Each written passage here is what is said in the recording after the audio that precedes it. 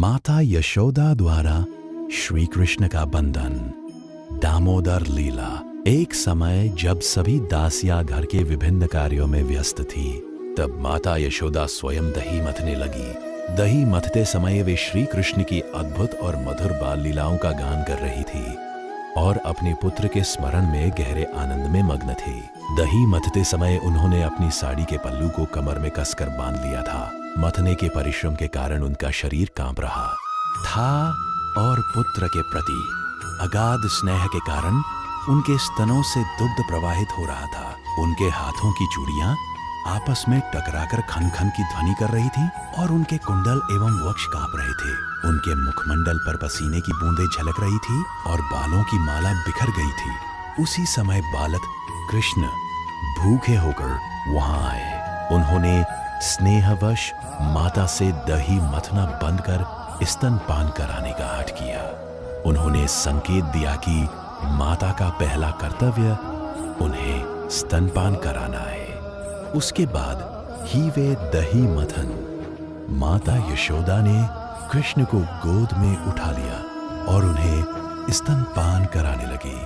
जब कृष्ण स्तनपान कर रहे थे, तब उनके सुंदर मुखमंडल को देखकर माता यशोदा आनंद के सागर में डूब गई। तभी अचानक चूल्हे पर रखा दूध उफनने लगा। दूध को बचाने के लिए माता यशोदा ने शीघ्रता से कृष्ण को गोद से उतारा और रसोई की ओर दौड़ी। इस प्रकार बीच में छोड़ दिए जाने के कारण कृष्ण को बहुत क्रोध आया। क्रोध से उनकी आंखें और होठ लाल हो गए। उन्होंने दांतों से होठ दबाकर एक पत्थर का टुकड़ा उठाया और मक्खन की मटकी फोड़ दी।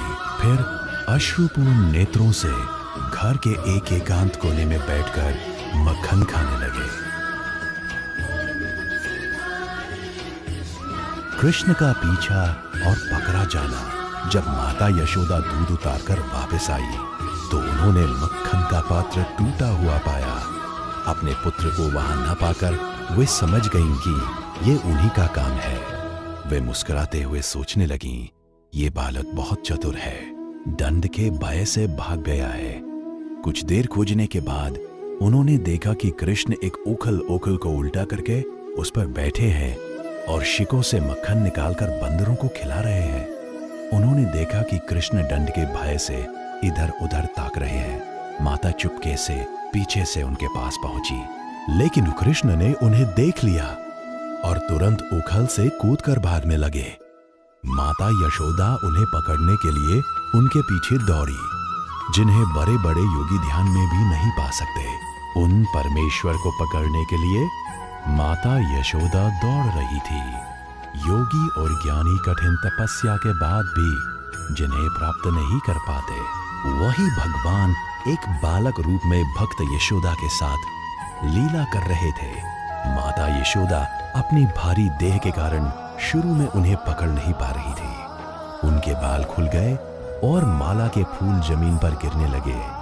अंततः थकने के बावजूद उन्होंने अपने नटखट पुत्र को पकड़ ही लिया। माता के हाथों पकड़े जाने पर कृष्ण डर के मारे रोने लगे। वे अपने दोनों हाथों से आंखें मल रहे थे, जिससे आंखों का काजल पूरे चेहरे पर फैल गया।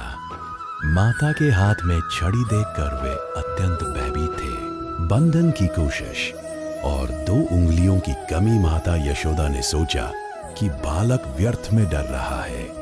एक शुभचिंतक मां के रूप में उन्होंने सोचा कि इसे इतना डराना ठीक नहीं, पर थोड़ी सजा देना भी जरूरी है। इसलिए उन्होंने छड़ी फेंक दी और कृष्ण को रस्सी से उखल के साथ बांधने का निश्चय किया। वे नहीं जानती थी कि जो ईश्वर समस्त ब्रह्मांड को नियंत्रित करते हैं, उन्हें बांधना असंभव है। माता उन्हें अपना छोटा पुत्र समझ रही थी, जबकि वे आदि और अंत से रहित सर्वव्यापी परमेश्वर हैं। जब माता ने उन्हें बांधने की कोशिश की, तो देखा कि रस्सी 2 इंच छोटी डाल गई। उन्होंने और रस्सियां जोड़ी, लेकिन हर बार वो रस्सी 2 इंच छोटी ही रह जाती थी। घर की सारी रस्सियां खत्म हो गई, पर कृष्ण को नहीं बांधा जा सका। ये देखकर गोपियां हंसने लगी और स्वयं यशोदा भी आश्चर्यचकित होकर हंस पड़ी। अंत में अपनी माता को थका हुआ और पसीने से तरबतर देखकर बालक कृष्ण ने कृपा की और स्वयं को बंद जाने दिया। माता यशोदा के घर में कृष्ण एक साधारण बालक की भांति लीला कर रहे थे। भगवान केवल शुद्ध भक्ति और प्रेम के वशीभूत होते हैं।